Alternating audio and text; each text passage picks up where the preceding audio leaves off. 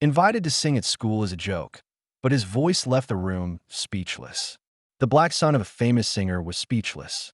"Hey everyone, let's see the diva's son embarrass himself." Blake's shrill laughter echoed through the auditorium as other teenagers looked at each other with malicious smiles. On stage, the spotlights created an island of cruel light where Marcus Johnson, 16, waited alone, facing an audience of pale faces and mocking smiles.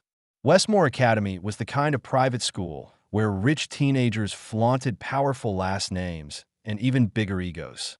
It was a place where students drove luxury cars, wore designer clothes, and competed to throw the most extravagant parties, where privilege was the currency and kindness was rare. Marcus was the school's charity project, a black kid from Oakland who had won a full scholarship while his mother, Vivian Johnson, a soul music superstar, toured the world. He was known around the school only as the famous singer's son, a label he had never wanted but couldn't escape. The microphone was on, Mr. Johnson. Principal Reynolds smiled with false warmth, the kind that barely masked the amusement she felt at the upcoming spectacle. "Since you insisted on participating in the talent show, we're all eager to see what you've prepared." The audience snickered. Everyone knew Marcus had never volunteered for this. Blake and his friends had forged his signature on the form as part of an elaborate humiliation plan. "Let's see if talent runs in the family," they had whispered in the hallways. Marcus had never sung in public. In fact, he made a point of hiding any association with his mother's career. Not out of shame. Vivian Johnson was a force of nature who had won 5 Grammys, but out of exhaustion from always being reduced to the daughter's son or the diva's kid. Since arriving at Westmore 6 months ago, he had lived in the shadow of that label, even as he worked tirelessly to prove his worth in academics and beyond. It was strange how no one seemed to remember that his mother was black when they asked for selfies or concert tickets. But when they wanted to belittle him, suddenly the color of his skin became the perfect target for jokes disguised as friendly banter. "We're waiting, Marcus," insisted Principal Reynolds, drumming her fingers impatiently on the podium. "Or are you going to give up?" He could feel the weight of the stairs behind him, the pressure crushing. He could practically touch the expectation of failure that filled the air. At the back of the audience, he saw Blake and his friends with their cell phones, ready to capture his embarrassment and turn it into the next humiliating viral video. "I don't have anything prepared," Marcus said, his voice low but firm. "What a shame," the principal replied with a theatrical sigh. "Maybe next time." "I think we can," Marcus said, surprising everyone with his quiet confidence. "But I can make something up." A sudden silence fell over the auditorium. From her seat in the front row, the music teacher, Mrs. Rivera, looked at him with an unreadable expression. Just a week earlier, she had found him alone in the music room after school, humming softly to himself as he read a history book. He hadn't known she was there until he heard the sound of sheet music falling to the floor. "You don't have to do this," Mrs. Rivera said now, quietly. She was the only person at that school who really knew him. Marcus took a deep breath. There were 2 options: walk off that stage defeated, or show a part of himself he had always kept hidden. He closed his eyes for a moment, feeling something burn in his chest. Not just anger, but a quiet determination. He knew that feeling well. "Actually, I'm going to sing something my mom wrote," he announced with a calmness that surprised even himself, but she never recorded it or showed it to anyone. An intrigued murmur rippled through the auditorium. Even the cruelest were intrigued.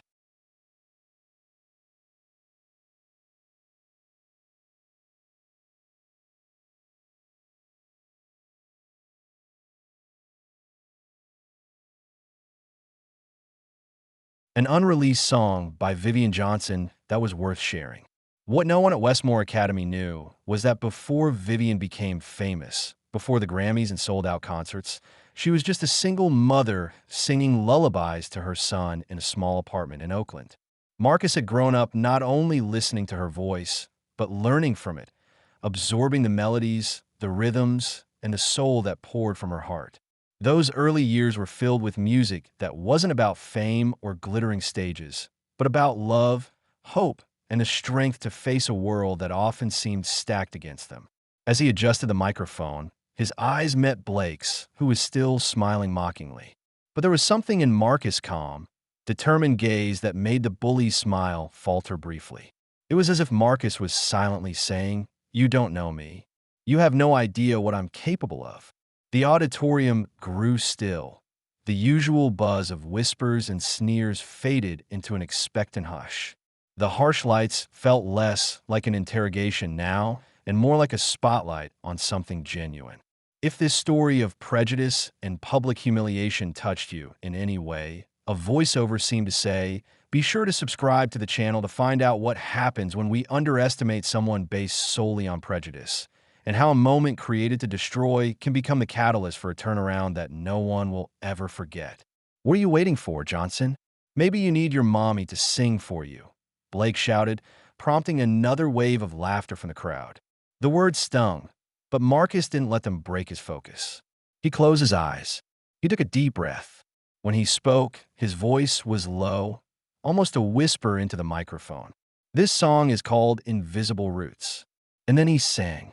The first note came out shaky, uncertain, like a young plant fighting to push through concrete, but quickly found its footing. His voice was a soulful ballad, with traces of jazz weaving through the melody, a song that demanded vocal control and emotional depth. Marcus' voice, contrary to everyone's expectations, was not only in tune, it was extraordinary, deep and rich, with a timbre that seemed impossible for someone his age. The notes carried weight, as if every word was soaked in years of struggle and resilience. In the third row, Blake blinked in confusion. This wasn't part of the plan. The planned humiliation was unraveling before their eyes and turning into something completely different. Marcus sang about roots growing beneath the concrete, invisible but powerful, about carrying the history of his ancestors in his blood, about staying whole in a world that tried to tear him apart. Every word, every note stripped away layers of a carefully constructed persona, revealing the real boy beneath the label. In the front row, Mrs. Rivera watched with tearful eyes.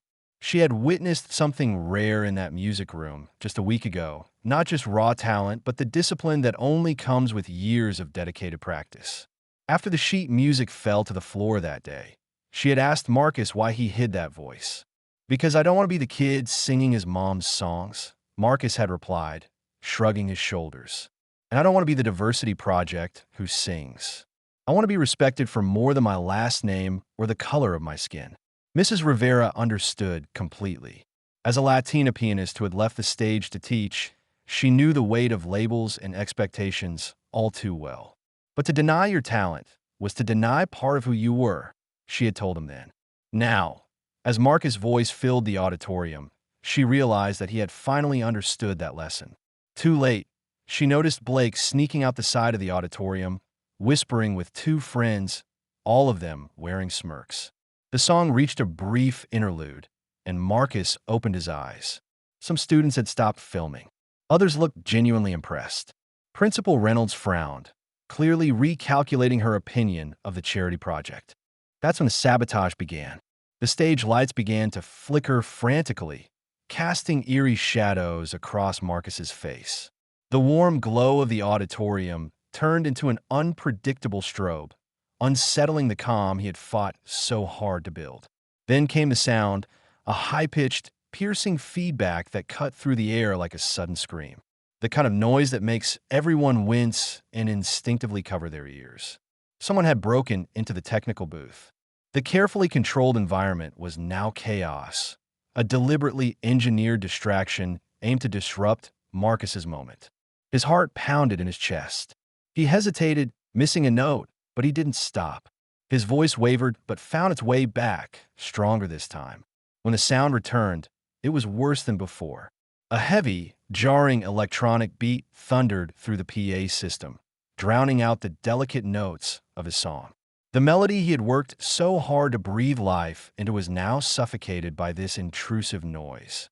It was clear Blake's friends were behind the sabotage, trying once again to turn Marcus's performance into a joke. The audience looked confused. Some laughed, thinking the interference was part of the show, a quirky addition to the act. Others began to whisper, realizing the disruption was deliberate. Principal Reynolds stood, about to step in and put a stop to it, but before she could act, something unexpected happened. Marcus adjusted his voice. Instead of fighting the electronic beat, instead of letting it silence him, he did something no one expected. He incorporated it. With the instincts honed from watching his mother improvise endlessly at rehearsals and concerts, he shifted the rhythm, molding the jarring noise into something new, something powerful. He transformed the interference into music. The expressions on Blake and his friends' faces changed from malicious satisfaction to bitter disappointment. Their plan to humiliate Marcus had backfired spectacularly. The audience, which only moments before had braced for disaster, now watched a true musical tour de force. Students who had been filming began to sway, caught in the rhythm. Phones with flashlights were raised like at a real concert, lighting up the auditorium in a shimmering sea of support. The song now had a life of its own, greater than the cruelty that had provoked it. When the song ended, the silence was thick, only 2 seconds before it exploded into applause. Not the polite, forced kind. This was genuine, spontaneous, surprised. It was the kind of applause that filled the room with electricity, the kind that promised change. A boy in the front row, Thomas, heir to a real estate fortune and usually one of Blake's loyal allies, was the first to rise for a standing ovation. Others followed, their cheers growing louder, drowning out the bitter silence where Blake sat, arms crossed, his face contorted in a bitter expression. His gaze was sharp, dark with defeat and warning. This wasn't over. Backstage, after the applause died down, Mrs. Rivera found Marcus trembling slightly, adrenaline still coursing through his veins. "You knew they would try something like that, didn't you?" she asked quietly. Marcus nodded. Blake already mentioned he was preparing a surprise for my performance. That's why I chose that song. My mother wrote it so I could improvise and adapt it depending on the audience. Rivera smiled with admiration. "And you knew it so well that you were able to get around the sabotage."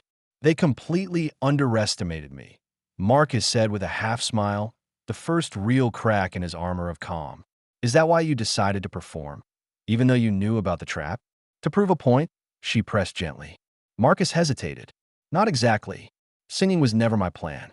But last night, after I found out about the forged application, I got an email." He paused, deciding whether to continue. "An email from Berklee College of Music in Boston, a scholarship program for exceptional talent." His mother had sent them a recording of him singing, without telling him. Rivera raised her eyebrows in surprise. "That's one of the best music schools in the country, and they want a live performance. An audition next week." Marcus ran a hand over his face, disbelief mixing with hope. "Can you believe my own mother never told me she thought I was good enough?" Rivera placed a reassuring hand on his shoulder.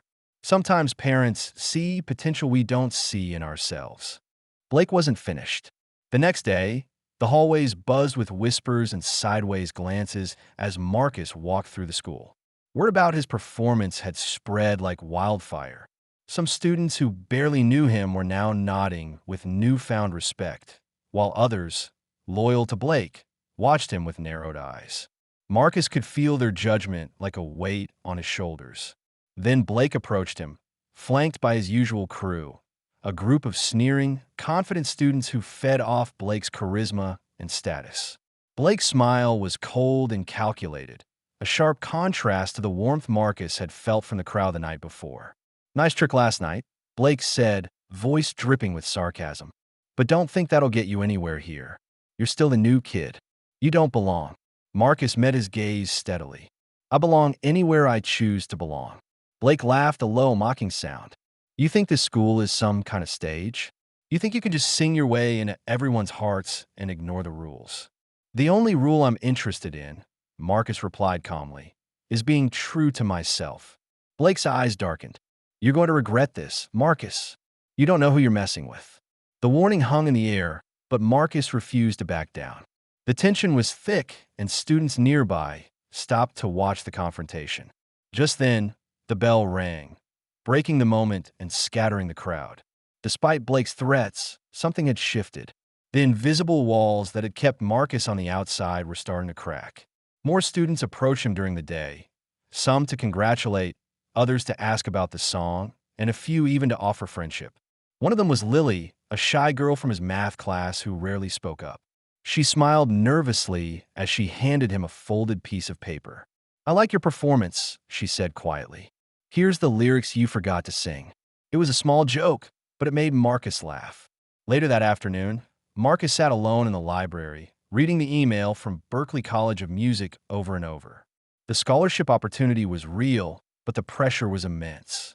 He knew that next week's audition would be a turning point, not just for his music, but for proving who he really was. He wasn't just fighting Blake or the school anymore.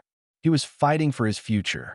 That night, Marcus lay on his dorm room bed, the faint glow from his phone screen illuminating his thoughtful face. The flood of notifications from the school's social media channels kept his phone vibrating incessantly. The video of his performance had gone viral faster than he ever imagined, but not in the way he'd hoped. Instead of praise and support, the comments were filled with suspicion, cruelty, and misinformation. The montage Blake's friends had created was vicious. Clips of Marcus singing were intercut with old footage of his mother, Vivian Johnson, a superstar singer whose fame often overshadowed Marcus's own identity. The video's caption was a direct attack. "Why does diva Vivian Johnson hide her son from the stage?" Sources say he's been rejected by every record label for lack of originality. Hashtag fake talent, hashtag charity project. Marcus felt the familiar sting of humiliation, but now it was magnified by the public and permanent nature of social media. For years, he had fought hard to be seen as his own person, not just Vivian Johnson's son. Now, the world was questioning his talent and authenticity in the harshest way possible. His phone buzzed again, this time with an incoming call. It was his mother. The sound of her voice was steady but firm. "I just saw that garbage you posted online," she said, a hint of anger threading through her words. "I'm booking the first flight home. We're going to handle this together." Marcus wanted to protest, worried that her arrival might escalate the drama even further. "Mom, no, please. That'll just make things worse. Blake will love turning this into more chaos." There was a pause on the line. Finally, Vivian spoke softer, almost gently. "You're right. This is your story to tell, but I want to help you in every way I can." That conversation was a turning point for Marcus. Despite the attack, despite the public doubt cast on his abilities, he realized he wasn't alone.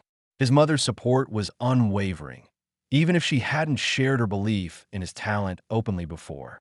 Just then, his roommate Eli looked up from his laptop, breaking the heavy silence of the room. "You know," Eli said quietly, "my dad's a defamation lawyer, and I've got some experience with digital tracking." Marcus glanced at him, surprised. "Since when do you care?" "Since I heard you sing yesterday," Eli replied. "And since I saw what they did to you afterward. Some lines just shouldn't be crossed." For the first time in days, Marcus felt a flicker of hope. Maybe this fight wasn't as alone to bear anymore. Meanwhile, in the music room, Mrs. Rivera was quietly mounting her own offensive. As the advisor to the student newspaper, she had access to resources most students didn't even know existed. Sitting at her desk, she scrolled through a well-organized digital archive on her computer, recordings of student council meetings that she'd been meticulously transcribing for over 3 years.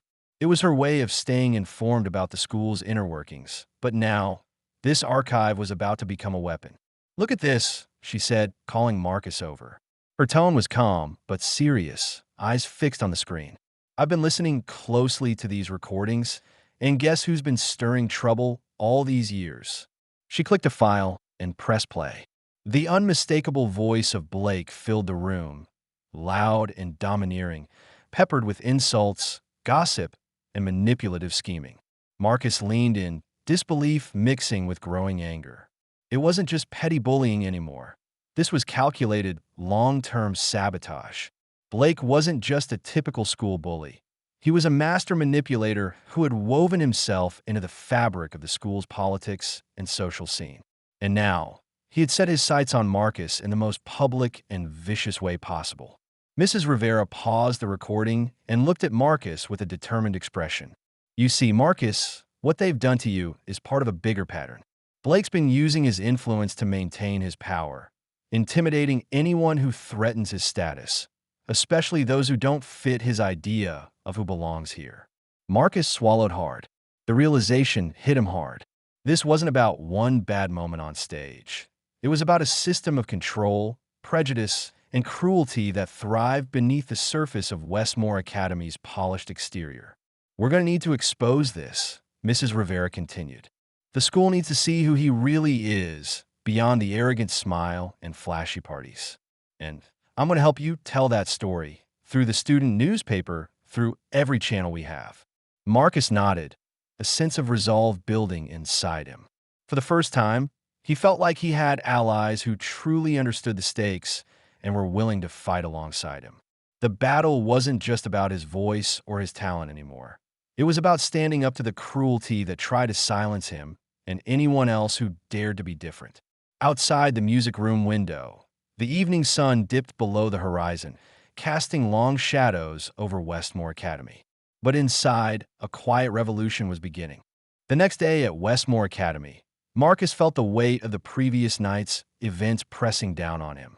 The video of his performance had spread like wildfire across social media, but the reactions were a cruel mix of admiration and vicious criticism. Some students praised his voice, amazed by the unexpected talent that had silenced a room full of skeptics. Others, however, embraced the malicious narrative Blake had crafted, a narrative that questioned Marcus's authenticity, his originality, and even his worth. His phone buzzed nonstop. Notifications flooded the screen, friend requests, messages, and comments. But the tone of most was harsh, laced with suspicion and disdain. An anonymous account had posted a particularly nasty video montage, clips of Marcus singing awkwardly juxtaposed with old footage of his mother, Vivian Johnson, belting out chart-topping hits. The caption read, "Asterisk, why does diva Vivian Johnson hide her son from the stage? Sources confirm he's been rejected by every record label for lack of originality. Hashtag fake talent, hashtag charity project." Asterisk, it was a direct attack on everything Marcus had worked so hard to build and everything he hoped to become. Sitting alone in his dorm room, Marcus felt his stomach twist with a mix of frustration and sadness. It wasn't the first time someone had tried to tear him down, but this felt more personal, more public, an invasion that seemed to echo all the doubts he'd ever wrestled with inside himself. The cruel assumptions that he was just riding on his mother's coattails stung deeply, even though he knew they were far from the truth. Then his phone rang. It was Vivian. Hearing his mother's voice broke through the turmoil like a lifeline. "I just saw that garbage you posted," she said firmly. "I'm getting the first flight home." "No, Mom, please don't," Marcus protested, his voice cracking slightly. "That'll just make things worse. Blake will love the drama. It'll spiral out of control." There was a long silence on the line before Vivian spoke again, her voice softer but resolute. "You're right. This is your story to tell. But let me help you in other ways. We'll face this together." Marcus felt a surge of gratitude and strength. For all her fame and busy schedule, Vivian was his fiercest protector. But now, the fight was his, and he was not alone. As he hung up, Marcus glanced over at his roommate, Eli, who had been quietly watching the exchange. Eli was the opposite of the school's glitzy elite, a reserved kid from Chicago who kept to himself. Yet, tonight, he surprised Marcus by speaking up. "My dad's a defamation lawyer," Eli said without looking up from his laptop. "And I know a bit about digital tracking." Marcus looked at him, puzzled. "Since when do you care?" Eli finally met his eyes. "Since I heard you sing yesterday, and since I saw what they did afterward. Some lines shouldn't be crossed." For the first time since arriving at Westmore, Marcus felt the first glimmer of hope that maybe, just maybe, things could change. Meanwhile, Mrs. Rivera wasn't just sitting on the sidelines. The music teacher and advisor to the student newspaper had quietly been building a case of her own. In her small, cluttered office tucked away behind the auditorium, she pulled up her laptop and began showing Marcus the file she had gathered over the past few years. Recordings and transcriptions of student council meetings, secret conversations, and more. It was all meticulously documented, and at the heart of it, one voice kept appearing louder than the rest, Blake's. "Look at this," Mrs. Rivera said, pointing to a folder packed with audio clips and notes. "Blake's been stirring trouble behind the scenes for years. He's the king of manipulation, the puppet master pulling strings to make people fall in line or fall apart." Marcus leaned closer, absorbing every word. It was overwhelming. He had known Blake was cruel and cunning, but this was a level of calculated scheming Marcus hadn't imagined. "Why didn't anyone stop him before?" Marcus asked, his voice tight with disbelief. Mrs. Rivera sighed. "Because no one saw the whole picture. Blake's charm hides the venom beneath, and people are afraid to cross him. But now, with what happened last night and what's coming next, I think we have a chance to expose him." She tapped a few keys, pulling up transcripts where Blake's voice was caught plotting smear campaigns and sabotaging other students' reputations. There were texts, emails, even photos implicating him and his friends in various schemes. "You want to bring this out into the open," Marcus said slowly. "But won't Blake just find a way to twist it like he did with my performance?" Mrs. Rivera shook her head. "Not this time. The student newspaper has a wide readership, and I have the full backing of the editorial board. We're planning a special investigative piece, proof backed by facts, not just rumors. The truth will be harder to ignore when it's published." Marcus felt a cautious hope rising in his chest. This wasn't just about clearing his name anymore. It was about standing up to the toxic culture Blake had helped create at Westmore. "And what about the video?" Marcus asked. "The one that's still spreading online with all the hateful comments?" "I've already reached out to a couple of contacts who specialize in digital forensics and online harassment," Mrs. Rivera said. "They're helping us trace the origins of the posts and identify the anonymous accounts fueling the hate. We're going to fight back in every way we can." As they talked late into the night, Marcus realized something profound. For the first time since coming to Westmore, he wasn't just a charity project, the famous singer's son, or a target for bullying. He was a person with allies, with a voice, and with the power to reclaim his story. Outside, the school lights dimmed, but inside that small office, a quiet revolution was beginning. Blake wasn't finished yet. While Marcus was still trying to process the flood of support and the growing momentum behind exposing Blake's manipulations, the bully was already plotting his next move. In the dim corridor outside the dressing rooms, Blake leaned against the cold brick wall, his phone glowing in his hand as he typed furiously. His fingers flew over the screen, composing messages, uploading videos, and coordinating with his loyal followers. There was a cold, calculating look in his eyes, the kind that promised trouble far beyond the petty sabotage of a high school talent show. When Marcus finally emerged from the backstage area, surrounded by friends and classmates offering congratulations and curiosity, Blake slipped through the crowd unnoticed, standing like a shadow in the doorway. His expression was unreadable, but his gaze was sharp and focused like a predator's. As he passed Marcus, he leaned in close, his voice low but dripping with menace. "Enjoy the moment," he whispered. "I've made sure it will be brief." Marcus barely had time to react before Blake melted back into the hallway, disappearing into the maze of school corridors. The words hung in the air, chilling and ominous. There was something about Blake's voice, a disturbing confidence, an unshakable certainty, that sent a shiver down Marcus's spine.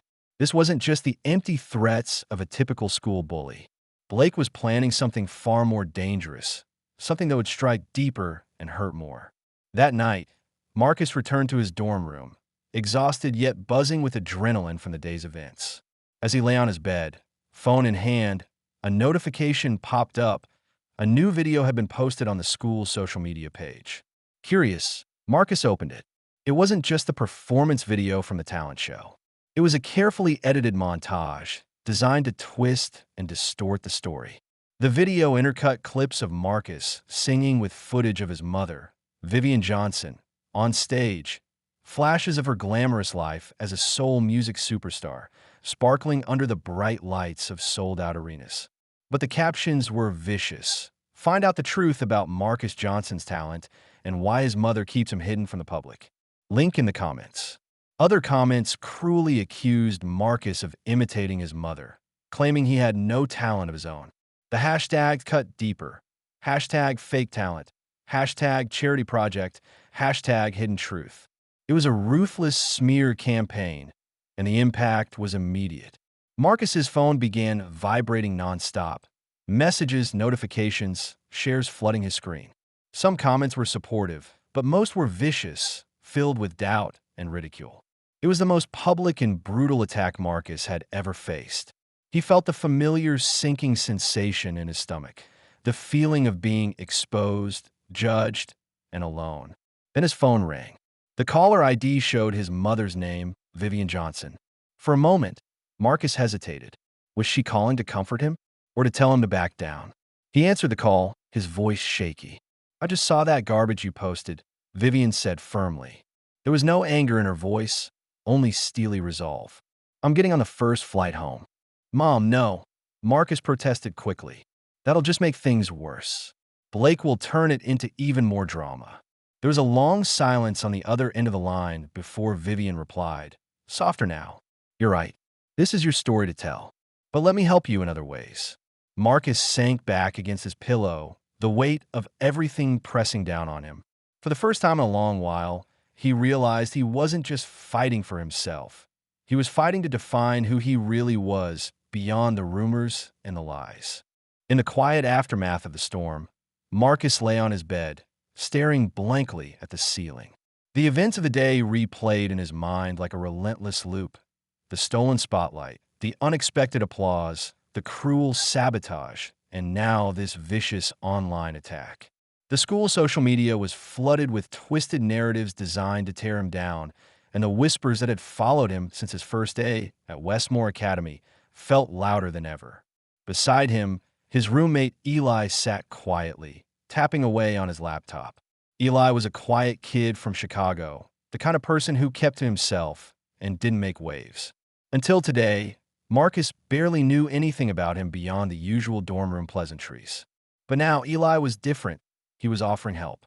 A real offer. "My dad's a defamation lawyer," Eli said casually, not looking up from the screen. "And I know a little about digital tracking." Marcus turned his head, surprised. "Since when do you care?" Eli finally looked up, his eyes calm but serious. "Since I heard you sing yesterday. And since I saw what they did afterward." He paused, then added, "Some lines shouldn't be crossed." It was the first genuine show of solidarity Marcus had received all day, and it hit him harder than he expected. Here was someone outside of his world, someone who didn't owe him anything, stepping up simply because they saw injustice. It was a small flicker of hope in an otherwise dark situation. Meanwhile, back at the school, Mrs. Rivera was quietly assembling her own plan of attack. As the music teacher and advisor to the student newspaper, she had a unique vantage point. She had access to files, recordings, and conversations that few others could reach. And she had been paying attention. "Look at this," she said one afternoon, pulling up a folder on her computer to show Marcus. "I've been recording all the student council meetings for the last 3 years for transcription purposes." Marcus leaned in, curious despite himself. And Mrs. Rivera clicked open an audio file. "Guess who's always talking in these meetings?" Blake's unmistakable voice filled the room, full of arrogance and scheming. He dominated discussions, manipulating votes, and spreading rumors behind the scenes. It was clear he wielded more power than anyone suspected, and he wasn't afraid to use it. Mrs. Rivera's expression was grim. He's been building his own little empire here, using fear and lies to control things. This isn't just high school drama, Marcus. This is organized bullying with a plan. Marcus absorbed the weight of her words. For the first time, he understood that Blake's actions weren't random acts of cruelty. They were calculated moves in a larger game to break him down, to keep him invisible. But now, armed with new allies and evidence, Marcus felt a flicker of something he hadn't in a long time. Hope. The fight ahead wouldn't be easy, but he wasn't alone anymore. And sometimes that made all the difference. In the quiet aftermath of the storm, Marcus lay on his bed, staring blankly at the ceiling. The events of the day replayed in his mind like a relentless loop. The stolen spotlight, the unexpected applause, the cruel sabotage, and now this vicious online attack. The school social media was flooded with twisted narratives designed to tear him down, and the whispers that had followed him since his first day at Westmore Academy felt louder than ever. Beside him, his roommate Eli sat quietly, tapping away on his laptop. Eli was a quiet kid from Chicago, the kind of person who kept to himself and didn't make waves. Until today, Marcus barely knew anything about him beyond the usual dorm room pleasantries. But now, Eli was different. He was offering help. A real offer. "My dad's a defamation lawyer," Eli said casually, not looking up from the screen. "And I know a little about digital tracking." Marcus turned his head, surprised. "Since when do you care?" Eli finally looked up, his eyes calm but serious. "Since I heard you sing yesterday, and since I saw what they did afterward." He paused, then added, "Some lines shouldn't be crossed." It was the first genuine show of solidarity Marcus had received all day, and it hit him harder than he expected. Here was someone outside of his world, someone who didn't owe him anything, stepping up simply because they saw injustice. It was a small flicker of hope in an otherwise dark situation. Meanwhile, back at the school, Mrs. Rivera was quietly assembling her own plan of attack. As the music teacher and advisor to the student newspaper, she had a unique vantage point. She had access to files, recordings, and conversations that few others could reach. And she had been paying attention. "Look at this," she said one afternoon, pulling up a folder on her computer to show Marcus. "I've been recording all the student council meetings for the last 3 years for transcription purposes." Marcus leaned in, curious despite himself. And Mrs. Rivera clicked open an audio file. "Guess who's always talking in these meetings?" Blake's unmistakable voice filled the room, full of arrogance and scheming. He dominated discussions, manipulating votes, and spreading rumors behind scenes. It was clear he wielded more power than anyone suspected, and he wasn't afraid to use it. Mrs. Rivera's expression was grim. "He's been building his own little empire here, using fear and lies to control things. This isn't just high school drama, Marcus. This is organized bullying with a plan." Marcus absorbed the weight of her words. For the first time, he understood that Blake's actions weren't random acts of cruelty. They were calculated moves in a larger game to break him down, to keep him invisible. But now, armed with new allies and evidence, Marcus felt a flicker of something he hadn't in a long time: hope. The fight ahead wouldn't be easy, but he wasn't alone anymore. And sometimes that made all the difference. If this story of resilience and courage touched you, don't forget to like this video and subscribe to our channel for more powerful stories like Marcus's. Hit the notification bell so you never miss an update. Together, let's stand against injustice and celebrate those who rise above it.